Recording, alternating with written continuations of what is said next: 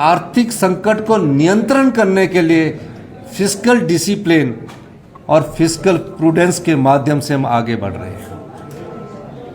सरकारी कर्मचारी हमारे परिवार के सदस्य है।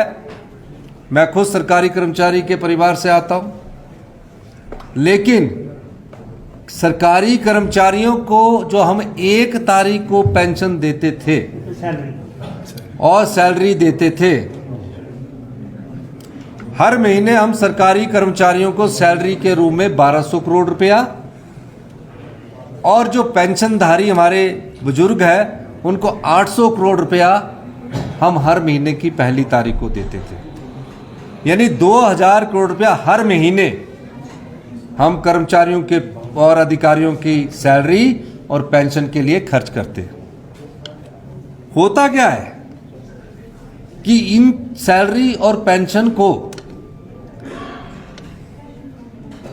देने के लिए हम बाजार से 7.5% पर ऋण उठाते हैं। यानी कि 2000 करोड़ रुपए मेरा हम 7.5% पर ऋण उठाते हैं, क्योंकि जो हमारी ट्रेजरी होती है उस ट्रेजरी में कई खर्चे निकलते रहते हैं। 2000 करोड़ पहली तारीख तक नहीं होता। और जो हम रिजर्व बैंक ऑफ इंडिया से जब हम सैलरी और पेंशन देने के लिए लोन लेते हैं तो उस पर 7.5% ब्याज देना पड़ता है।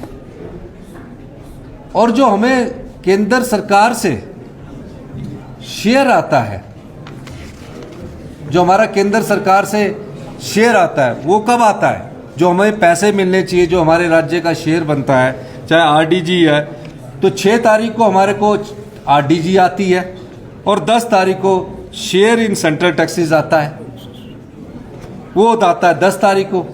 तो 5 दिन का जो इंटरेस्ट हमें लोन के रूप में हम सैलरी और पेंशन देने के लिए करते, वो बनता है 3 करोड़ रुपया। अगर एक महीने में हम 3 करोड़ रुपया सरकारी कर्मचारी और पेंशनों के देने के लिए लोन उठाकर देते हैं, तो उस व्यवस्था को सुचारू करने के लिए ये फिस्कल डिसिप्लिन की बहुत जरूरत थी।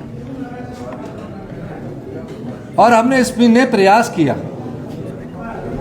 और उस प्रयास के माध्यम से हर साल हम हर महीने 3 करोड़ रुपया बचाएंगे, तो 36 करोड़ रुपया हमारा बचेगा ब्याज का।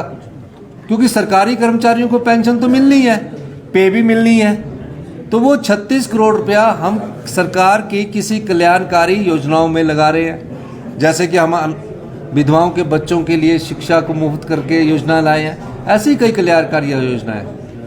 अब उस व्यवस्था को सुचारू रूप करने के लिए हमें 1 महीने ये कष्ट उठाना पड़ रहा था, और हमने इसके लिए कहा कि जो सरकारी कर्मचारी तो विभाग है, लेकिन जो बोर्ड है, मैं ये भी बताना चाहूँगा कि जो बोर्ड होते हैं, बोर्ड निगम कारपोरेशन जितने भी होते हैं, बोर्ड निगम कारपोरेशन के सैलरी पहली तारीख को उनके अकाउंट में चलेगी, और जो बोर्ड निगम पेंशन देते हैं वो पेंशन